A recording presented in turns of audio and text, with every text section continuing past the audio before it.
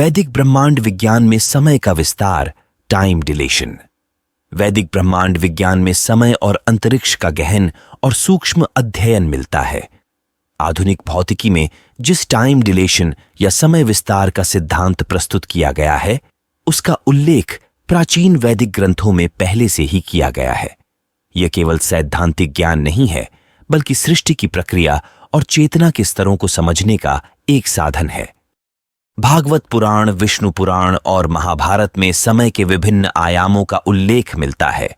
इन ग्रंथों में बताया गया है कि ब्रह्मांडीय समय, देवताओं का समय और पृथ्वी का समय अलग अलग होते हैं। यह समय के सापेक्षता, रिलेटिविटी और विस्तार का प्रमाण है। आइए इस विषय को विस्तार से समझें। समय का वैदिक दृष्टिकोण। वैदिक ग्रंथों में समय को काल कहा गया है। काल को भगवान विष्णु का स्वरूप माना गया है। यह सृष्टि की उत्पत्ति, संरक्षण और संहार का आधार है। कालोयम च सृष्टिकर्ता धर्मम रक्षति सर्वदा विनाशाय च लोकाना काल क्रोध सनातन। विष्णु पुराण। काल सृष्टि का रचनाकार है। यह धर्म की रक्षा करता है और अंत में लोकों का विनाश करता है। यह श्लोक स्पष्ट करता है कि समय की प्रकृति केवल घटनाक्रम तक सीमित नहीं है, बल्कि यह ब्रह्मांडीय चक्र का आधार है।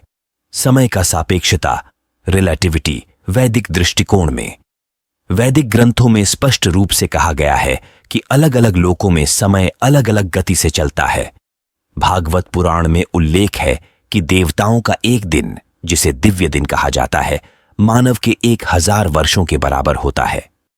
सहस्र युग पर्यंतम हर्यद ब्राह्मणो विदु रात्रिंग युग सहस्रांता तेहोरात्र विदो जना। भागवत पुराण।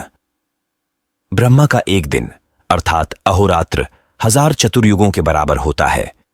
इस श्लोक में ब्रह्मा का समय और पृथ्वी के समय के बीच का अंतर बताया गया है।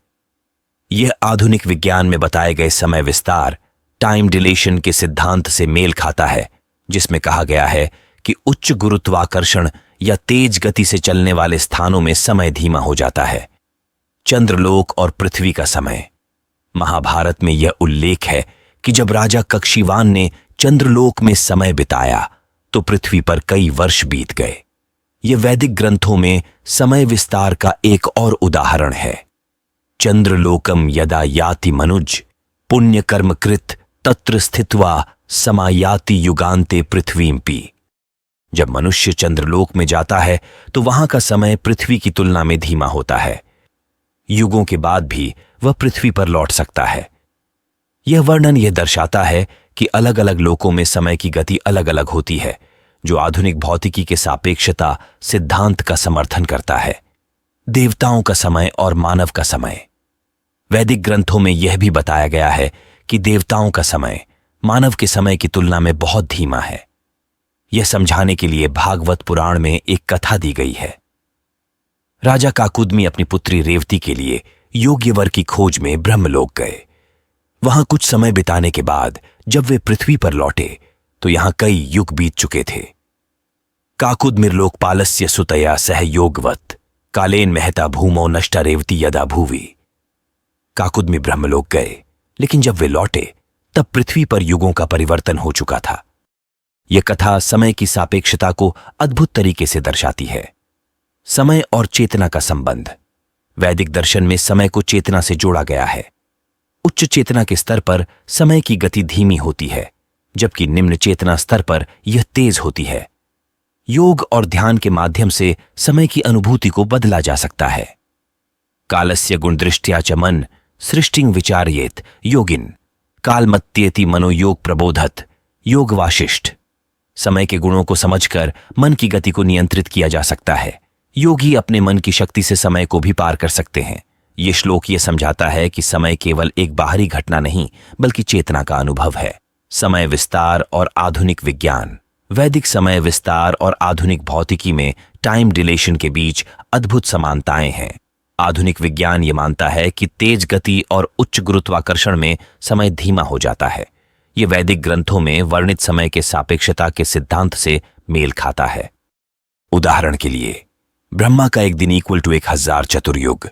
चंद्रलोक का समय पृथ्वी के समय से धीमा। योगियों द्वारा समय की अनुभूति को नियंत्रित करना।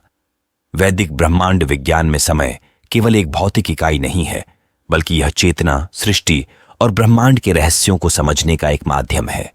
समय का विस्तार, विभिन्न लोकों में समय की सापेक्षता और चेतना के माध्यम से समय को नियंत्रित करने की अवधारणा यह दर्शाती है कि वैदिक ज्ञान और आधुनिक विज्ञान में अद्भुत सामंजस्य है। कालो नयति सर्वं च धीमान कालम निरीक्षयेत्, कालस्य बंधनं ज्ञानम मोक्षम चाध्यात्म चेतसा। समय सब कुछ बदल देता है। बुद्धिमान व्यक्ति को समय का निरीक्षण करना चाहिए, क्योंकि समय का ज्ञान ही मुक्ति का मार्ग है।